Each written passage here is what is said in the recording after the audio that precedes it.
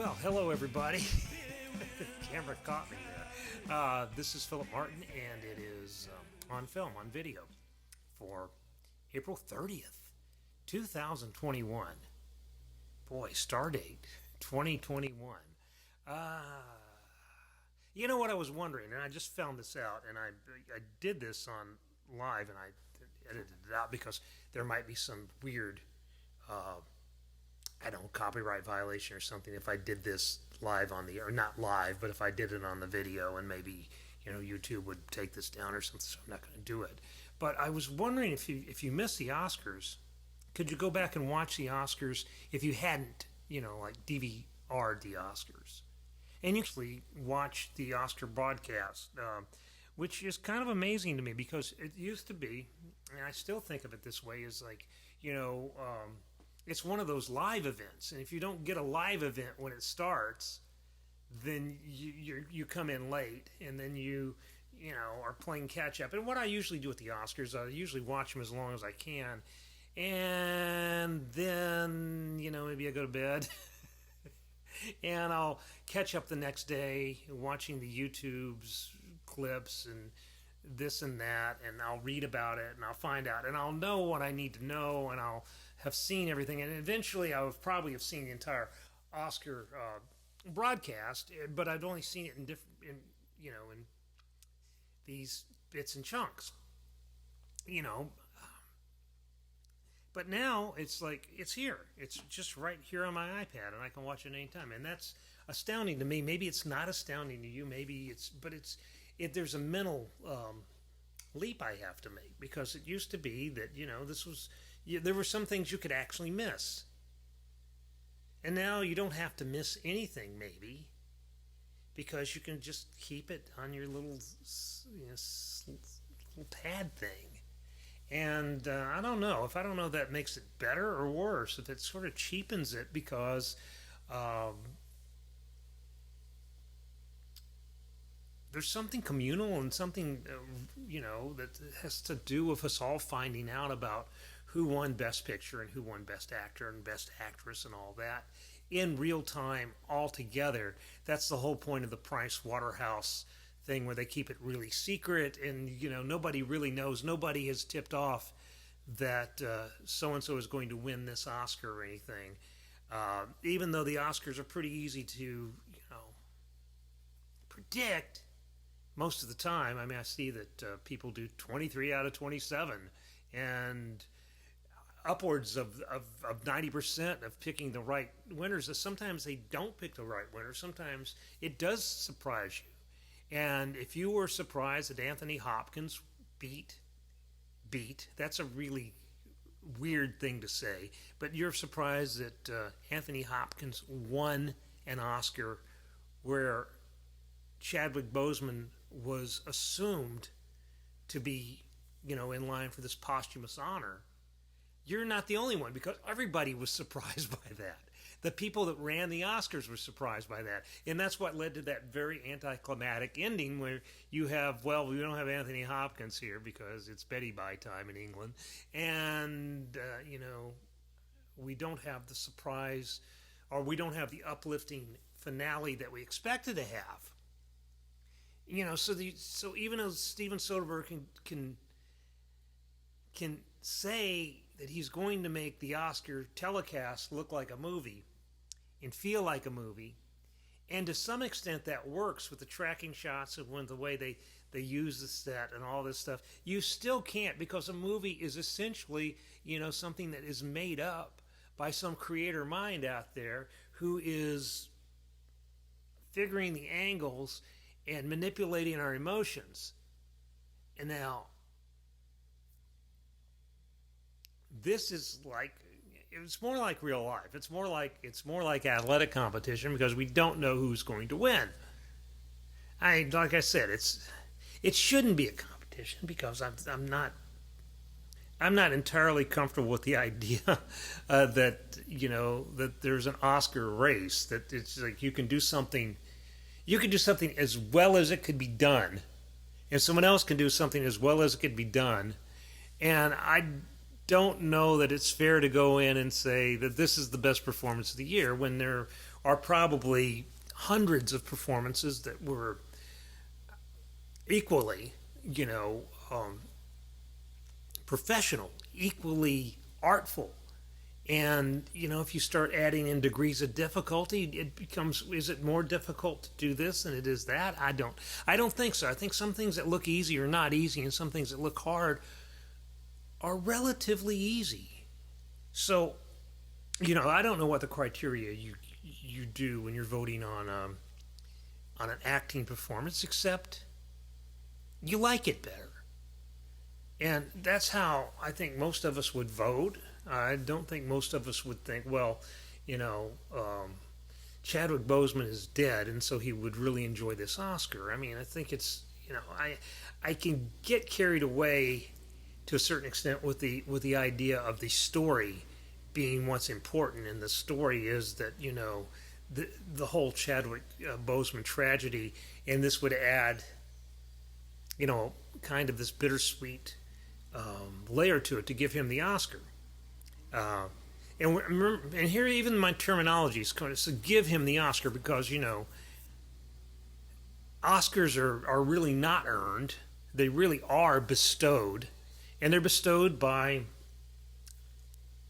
this nebulous group of people, this Hollywood Academy. People ask me if I vote in the Oscars. I mean, people don't have a real good sense. I don't have a real good sense of the art. I think that they're motion picture professionals is what I think. I think they're the people that, write, direct, act, produce, light, edit, run sound for motion pictures. That's who I assume. But I don't have a picture of that in my head, and they tell me that those voters are still overwhelmingly white, overwhelmingly old, 60 years old or so, is maybe the median age, and male. So am I surprised that Anthony Hopkins beat Chadwick Boseman this year? Yeah, a little bit.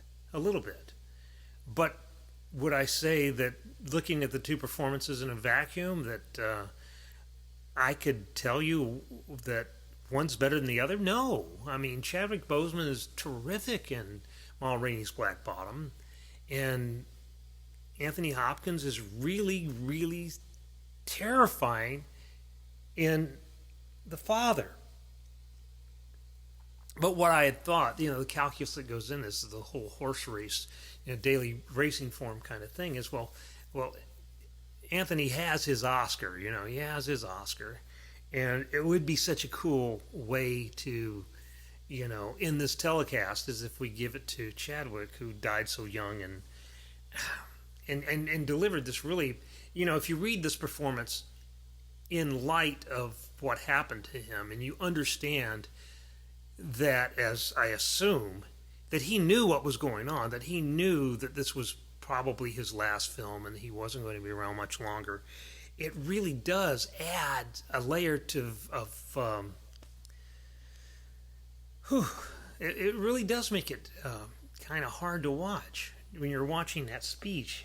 Those speeches he gives two great ones in Ma Rainey's. But having two great speeches like that,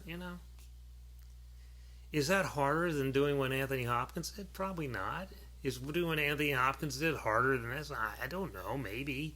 And should we even care about whether it's hard or not? So we end up, rooting for whoever we feel compelled to root for, and that's fine. I mean, it's like Samuel L. Jackson once told me. Just drop that in. That you go to take the ballot and you go down and you vote for your friends. And then maybe someone, your wife, your partner, your husband comes in and votes for whatever they like. And then, your kids come in, they vote for whatever they like. And then your maid comes in, if you're Samuel L. Jackson, and votes whatever she likes. And that's the way it is, because it's just a snapshot of the preferences of this strange group of people that we don't really know who they are. I mean, we know who they are, but we don't really. I don't have a good. If I don't have a good handle on who they are collectively, I don't imagine most people do. So, anyway, you can watch the Oscars. That's just great to me. I just go to Hulu and still watch it. I mean, I can't imagine many people are. I would love to see the metrics on that. I would love to see, how many people actually go back and watch the Oscars. And, I guess it's only going to be up for a limited amount of time. I don't know how they do that. I mean, it's like, how long does Hulu leave something up? These are questions that I don't know the answer to, which means I probably shouldn't be asking them. But it's like, what happens? Does this thing stay up for a month? Does it stay up for a week? Can you go back and find this stuff? I kind of had an idea you could do this with some ball games, with some sports things, but I wasn't sure. So that's really interesting. Yeah. Okay. So that's the Oscars, and I gotta say I wasn't disappointed with anything. There's nothing to get disappointed about. I don't think it's just a Chamber of Commerce dinner sort of thing where they're giving each other awards. I mean, I don't have much. I mean, I know what I like, and I know that that these things make careers, and it raises people's prices, and it has an effect on things. There's no doubt about that. That some of these things change. Oscars change the dynamics between the people that make movies, and it helps to get your movie financed. If you have an Oscar, you have an Oscar winner on board, things like that. If you've been nominated, that's probably pretty nice too. But I don't know that Chloe Zhao is going to make a different kind of movie now. I hope not. Some people will. Or Lee Isaac Chung. I don't know that he's going to make another kind of music. He makes the kind of movies he makes, and is someone going to offer him a Marvel or DC, franchise? Maybe, but I hope if he takes it that he makes his own kind of movie with it. I really think that we give some people, we give the business, we give the industry too much credit, but we don't give the individuals the artists in the business enough credit. Because I do think they're all trying to do the best work they can for the most part. They say nobody sets out to make a bad movie, and that's just not true, because some people do set out to make bad movies. Some people set out to cynically make a film that's going to appeal to all these four quadrants. They're going to get these people in, and they're going to do fan service here. They're going to do... They make movies they wouldn't watch. But by and large, the best, the people that, even though the Oscars is not a certification of quality, most of the people who end up on the telecast, most of the movies that end up being considered in this little Chamber of Commerce banquet thing are pretty good. They're not the best. At least they're not the best by my lights, but they're pretty good movies. They're well made, at least. And sometimes we might have, big problems with some of the things they're saying or trying to sell us, but by and large, they're good films. In that, I mean, they're professionally accomplished films. So it really becomes a contest between, movies that are qualified in a certain way. It's not the most artistic movies, obviously. It's not the movies that probably, Minari would be an exception, I think, because Minari is a very personal film, and I don't think most of these are terribly personal projects, Some of them are really well thought out, and some of them are aimed at winning Oscars. But that could be all right too, because they can tell you stories that involve you and engage you and sweep you away. But anyway, I'm glad the Oscars are over because that means I don't have to worry about them for another, 9 months now, until February of next year, whatever. And that's good. I mean, next year we will go back. I apologize to the people that normally pick Oscar winners for me because we didn't do that this year. But we didn't do that this year because it didn't feel like there was a really good place to do it in. And we might have things worked out a little bit better next year where we're not all stuck at home and running by the seat of our pants, and we might have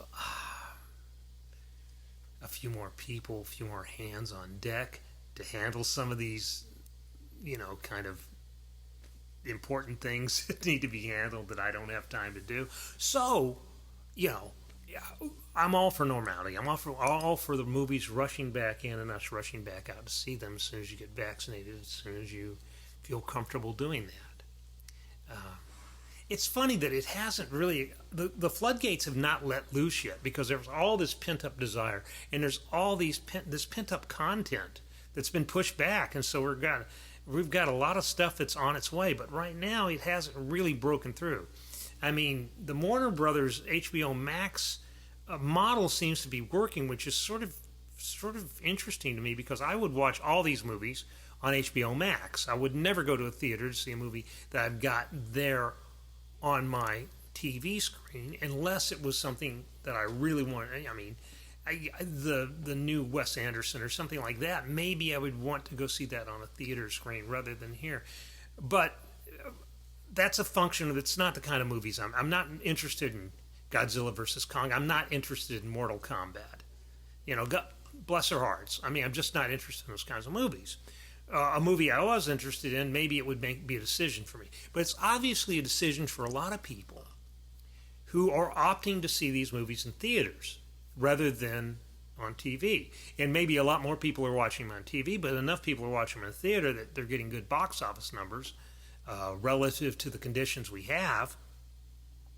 And I'm fascinated by that. And I think that we're going to see a lot of movies, but like this week, it's pretty much a normal April week. It's not like there's anything big opening. There's a horror movie called Separation with Rupert Friend and Mamie Gummer, who gets, spoiler alert, gets killed off like 15 minutes in. And then there's, I haven't seen this one yet. That's right, The Virtuoso. It's on my iPad too, but I haven't watched it yet. I will watch it. We're going to have a review of it. I'm not doing a review, so I don't really care about when I watch it, but I will watch it. And, then we got, those are the Virtuoso and Separation. Virtuoso has got Academy Award winner, two-time Academy Award winner, Anthony Hopkins in it. So maybe it's better than your average, B-movie release, which is basically what we're getting. So, I'm ready for, the big films to start showing up. Unfortunately, it's probably not going to show me anything I want to see in the theater until fall because that's the calendar. That's when I start paying attention to the movies. If I didn't have to pay attention to the movies all the time. Now, so, I'll just leave you with this.